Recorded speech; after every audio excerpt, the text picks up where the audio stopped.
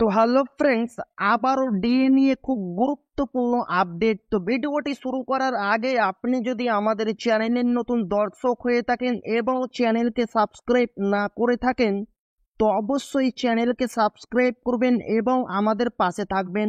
তো ভিডিওটি শুরু করা যাক।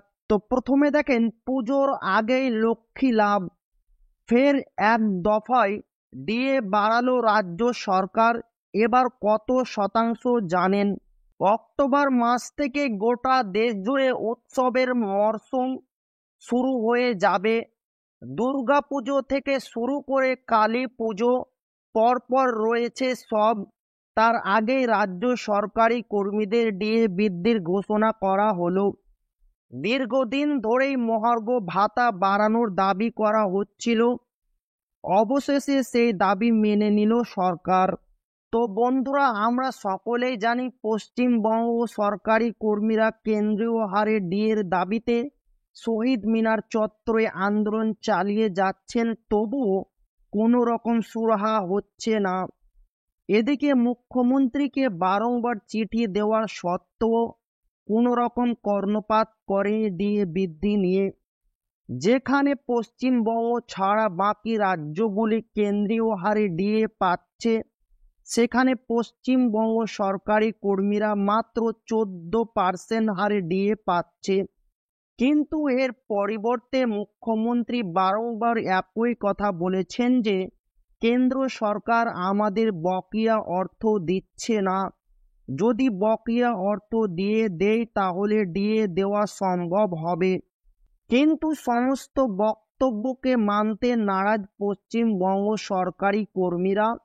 তাদের একটাই দাবি, যতদিন না পর্যন্ত কেন্দ্রীয় হারে ডিএ পাচ্ছি ততদিন পর্যন্ত আন্দোলন চলবে, এমনটাই বলেছে পশ্চিমবঙ্গ সরকারি কর্মীরা।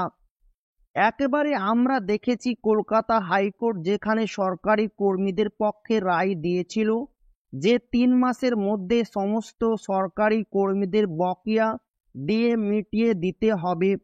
সেই রায়কে চ্যালেঞ্জ করে সুপ্রিম কোর্টে যায় রাজ্য সরকার এবং ডিএ মামলায় এখনো সুপ্রিম কোর্টে ঝুলে রয়েছে।